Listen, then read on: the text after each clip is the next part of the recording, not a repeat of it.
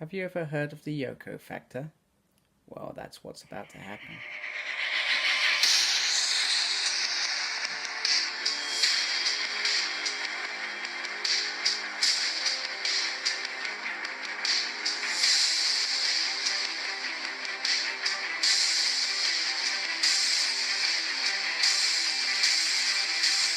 Hello and welcome to a Smurd P video, and today we are looking at Mighty Morphin Power Rangers issue 37. And after this we've got 2 issues and this part of the series is over with, but I hope it doesn't end completely and we get to revisit this team later on, because I am still thoroughly enjoying them.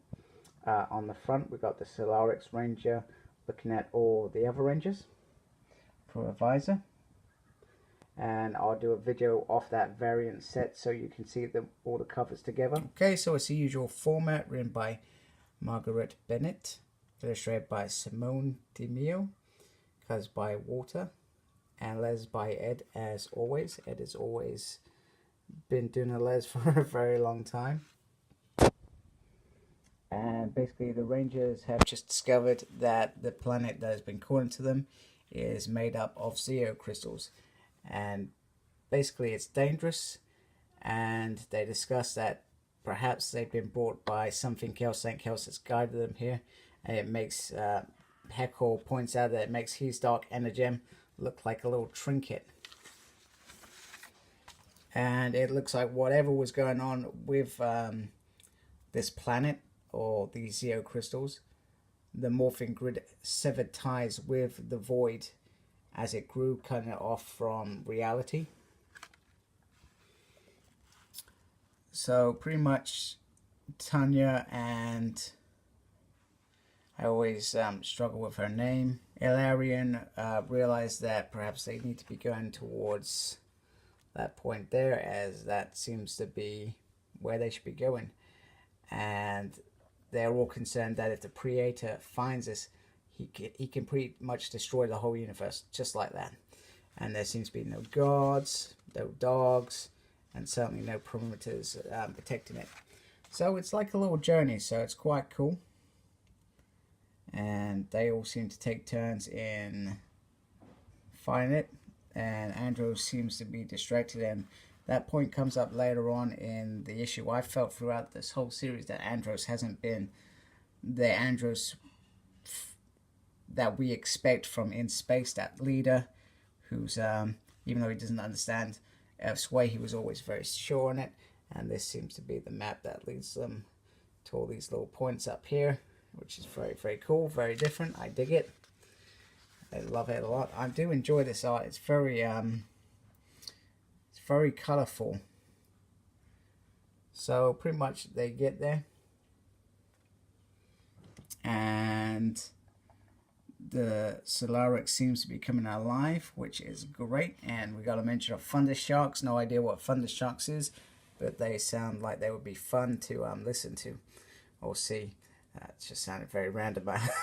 So Mike has decided to take on the first watch after the longest day, and I'm not sure if he falls asleep, but the Creator gets into his mind, and he pretty much tells him that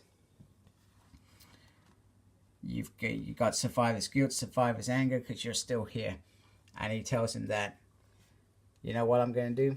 I'm going to kill everyone. Every one of your friends. Everyone you love. And I'm going to make sure that you're still alive to live. To carry on living. And this is where Mike fails. He's lost so much, or he's been dead and come back from the dead, and he's in love and he doesn't want to lose Tanya. So there's a deal on the table, as you can imagine. You take the Solarix and your friends go free. And Mike probably tries pushing his luck by saying, you know, what about the people of the voice? He said, nope, they're going to be harmed no matter what. You've seen to that by meddling. This is their punishment for believing in you. So, and he says, you know, he just emphasizes that you live, the Rangers will be free, etc. And Tanya would be like a princess, etc., and amongst his people. So Mike has a choice.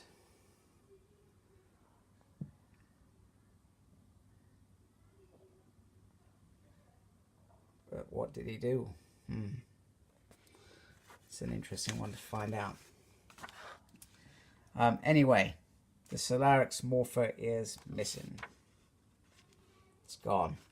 So, do you remember at the beginning of the video where I said about the Yoko factor? So, Yoko is, when the Beatles split up, she was apparently to blame, interfering or, you know, being that bit on the side, pushing, and, you know, she kind of pushed them all apart.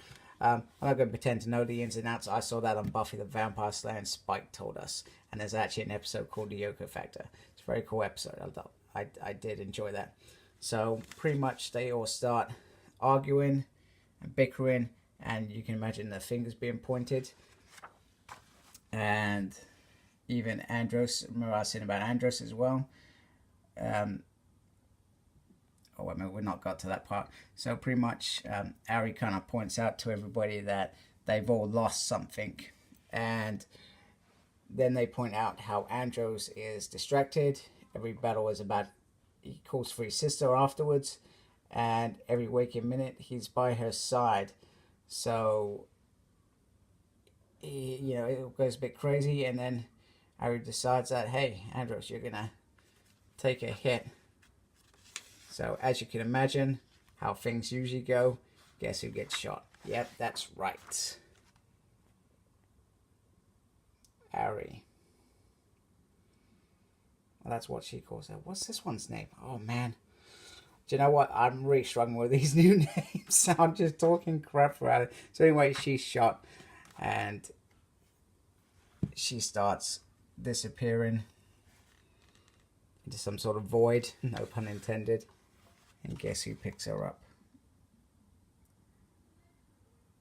Ariane. Oh man, I can't even say it. The Solar Ranger's there with the Predator. So he's, I don't know if he's got into her mind or something, but we're going to find out. So 2 issues to go before this series. I hopefully doesn't end and it's just a dun dun dun to be continued, which I hope happens. Anyway, this is the first issue in a very long time. We have not got a backup story. So, I don't know whether they're just done with backup stories or what, but it is not there. And it feels very, very strange because I can't say that, hey, there's the Blue Centurion Ninja Avenger, and I'm not even going to read that. Yeah. So, once again, Margaret has produced a very nice character-driven story. And it's continuing on very nicely.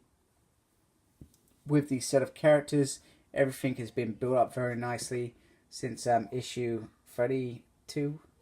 I could be talking crap again, but it's come along really nicely. I'm enjoying it. I don't want it to end. Please don't let it end. Please let there be a to be continued at the end of this first arc, and we can revisit it later on because I would thoroughly enjoy that. Maybe later in the year or earlier next year. That would be good enough for me. So thank you for watching. Like, comment, subscribe. Follow my Facebook page, SmurredP. I'm on Twitter at SmurredP. Not sure what I do in there, but I'm there. And embrace the geekiness. Take care. Goodbye.